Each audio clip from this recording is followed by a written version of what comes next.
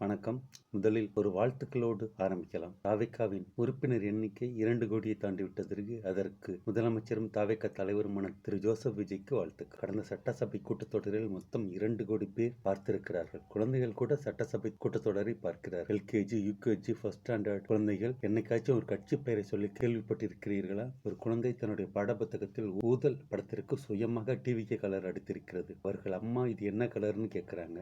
இது TVK colour, நானா தான் அடிச்சேன் அப்படின்ட்டு அந்த குழந்தை சொல்கிறது. எல்லாம் ஒரு மனிதருக்காக, ஒரே ஒரு தலைவருக்காக, முதலமைச்சருக்காக, ஜோசப் விஜய் என்ற பெயருக்காக. முதலமைச்சர் விஜய் அடுத்த 20 வருடங்களுக்கான ஓட் பேங்கை ரெடி பண்ணிட்டாருன்னே நினைக்கிறேன். கடைசி நாள் முதலமைச்சர் திரு விஜய் அவர்கள் தன்னுடைய பிளாஸ்ட் பேச்சால் சபை முழுவதையும் தனதாக்கி கொண்டார். அவர் பேசிய 23 நிமிட பேச்சு சும்மா தெறிக்க விட்டிருந்தார். அதிலும் குட்டி ஸ்டோரி சொல்லி திமுக கூட்டத்தையும் மொத்தமாக காலி பண்ணிவிட்டார். பேசுங்க சிஎம், பேசுங்க சிஎம்னு சொல்லி அவரை தூண்டி அவர் பேச ஆரம்பிச்சாருன்னா திமுக கூடாரமே கதறும்னு தெரிஞ்சும் கதறல் சத்தம் கேட்குதான்ட்டு அவரை தூண்டி விட்டு அவர் பேசின பின்னாடி நீங்களே கதறீங்களே. இடியே விழுந்தாலும் சிஎம் பேச மாட்டாரான்னு கேட்டீங்க.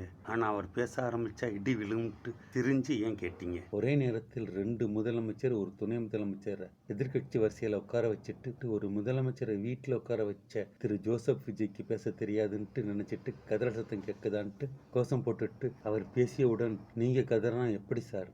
அதிலும் அவர் டாஸ்மாகை பற்றி பேசிட்டு ரொம்ப இயல்பா அமைச்சர் திரு விக்னேஷிடம் அது என்னப்பா அப்படின்னு கேட்டு பார்ட்டி ஃபண்டுன்னு ஆரம்பிச்ச உடனே சட்டசபையை தெரிச்சிருச்சு.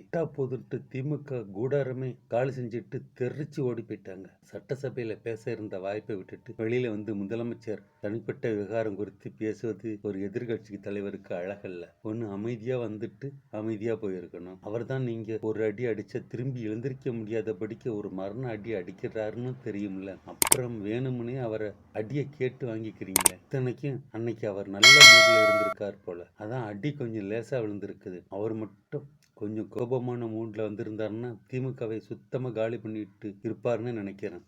ஏன்னா சட்டசபை கடைசி நாள் முழுவதும் முதலமைச்சர் திருச்சி முகத்தோடயே இருந்துகிட்டு இருந்தார். மக்கள் பணத்துல ஒரு காசை கூட தொடமாட்டோம், தொடவும் விட மாட்டோம், தொட்டா விட மாட்டோம், இதுக்கு முன்னாடி தொட்டவங்களையும் விட மாட்டோம் அப்படின்னு அவர் கர்ஜிக்கும் போது சட்டசபை மட்டுமல்ல தமிழ்நாடே அதிர்ந்தது. KN நேரு, செந்தில் பாலாஜி, சேகர் பாபு இவர்கள் பயத்தில் இருந்தனர் என்று அவர் முகத்தை பார்த்தாவே தெரிகிறது. அவர்தான் தொடர்ந்து வெற்றி பெறுகிறார்னு தெரியுதுல்ல. அவர்கிட்ட ஏன் விரும்பி போய் தோல்வியை பரிசா வாங்கிக்கிறீங்க?